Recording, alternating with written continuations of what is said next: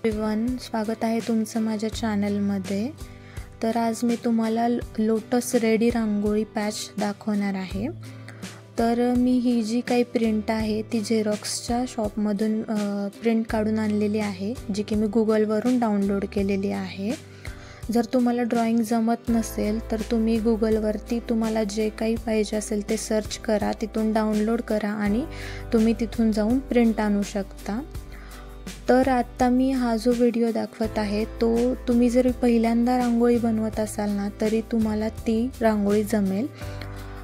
तर आता इथं मी पहिल्यांदा जो काही पॅच आहे, जो की झेरॉक्स काढून आणलेली आहे, ती खाली ठेवली आहे। त्याच्यावरती OHP शीट ठेवले आणि जो काही मार्कर पेन आहे त्याने मी पूर्ण आउटलाईन बनवून घेत आहे, जेणेकरून तो जो खालचा पेपर आहे तो जरी सरकला तरी तुमच्या जी की OHP शीट आहे ना त्याच्यावरती जे तुम्ही ड्रॉ केलेलं आहे त्याच्यानुसार तुम्हाला ड्रॉइंग काढायला इझी जाईल।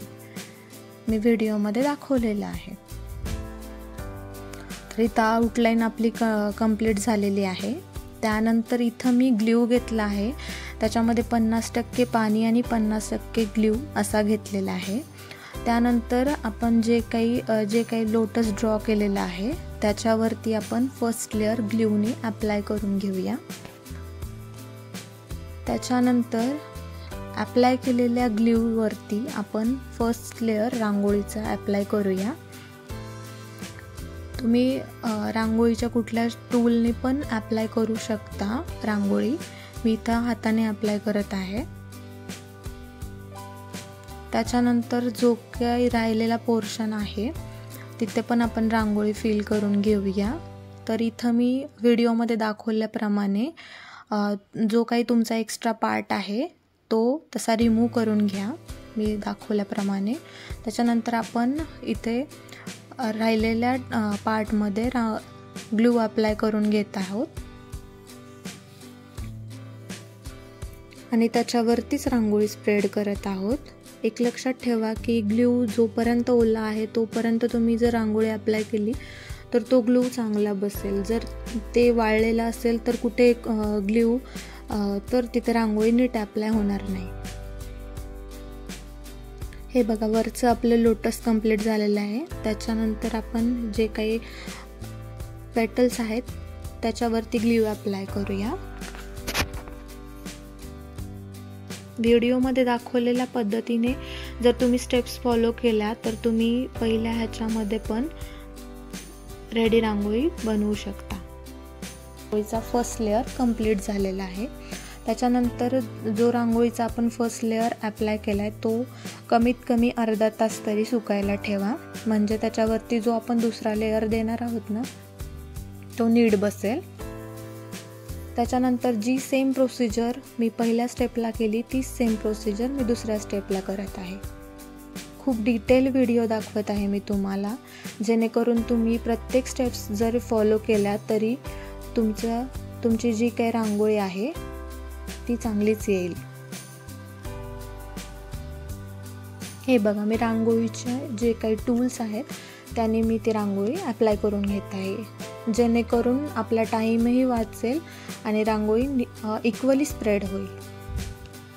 त्याच्यानंतर दुसऱ्या साईडला पण सेम मी तसंच अप्लाय करून घेत आहे।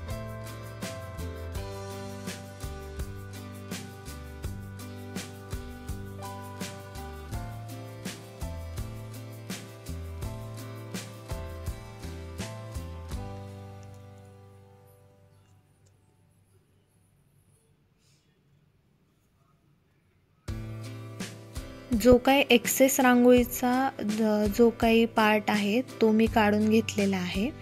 त्याच्यानंतर खालचे जे पेटल्स आहेत त्याला पण आपण शेडिंग करून घेऊया। मी त्याच्यामध्ये हा पॅरट ग्रीन कलर वापरलेला आहे आणि जी काही आउटर लाईन आहे त्याला मी डार्क ग्रीन कलर वापरलेला आहे। तुम्ही कुठल्याही पद्धतीने शेडिंग करू शकता, किंवा तुम्हाला ग्रीन ठेवायचे असतील तर तुम्ही फक्त ग्रीनही ठेवू शकता।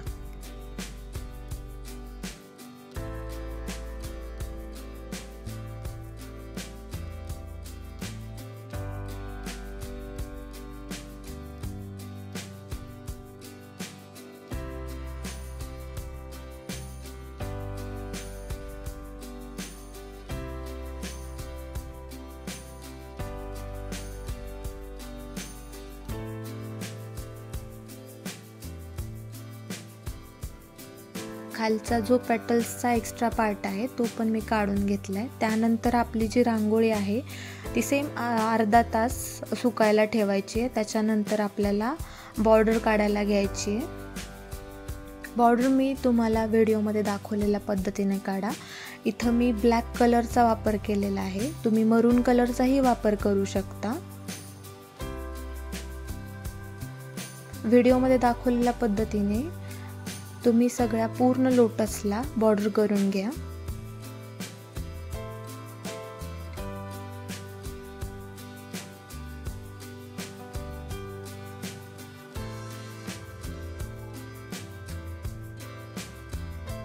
इथे मी खालचे जे पेटल्स आहेत त्याला बॉर्डर करून घेत आहे.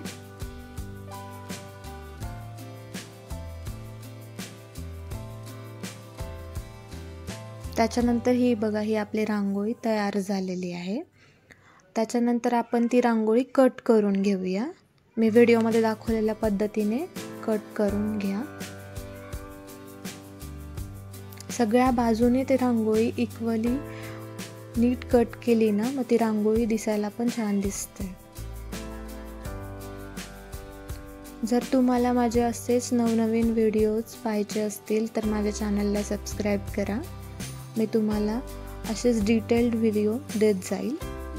त्याच्यानंतर मी हा दुसरा व्हिडिओ एक अपलोड करणार आहे. त्याच्यामध्ये मी खास गौराई निमित्त लक्ष्मीच्या पावलांचा व्हिडिओ अपलोड करणार आहे, तर तोही तुम्ही बघा. त्याच्या आधी माझ्या चॅनलला सबस्क्राईब करा. हे बघा, ही आपले लोटस तयार झालेले आहेत. याला तुम्ही कुठल्याही ठिकाणी डेकोर करू शकता, कुठल्याही रांगोळीमध्ये यूज करू शकता. याला तुम्ही कितीही फोल्ड केलं तरी काहीच होणार नाही आणि हे रियुजेबल आहेत. धन्यवाद.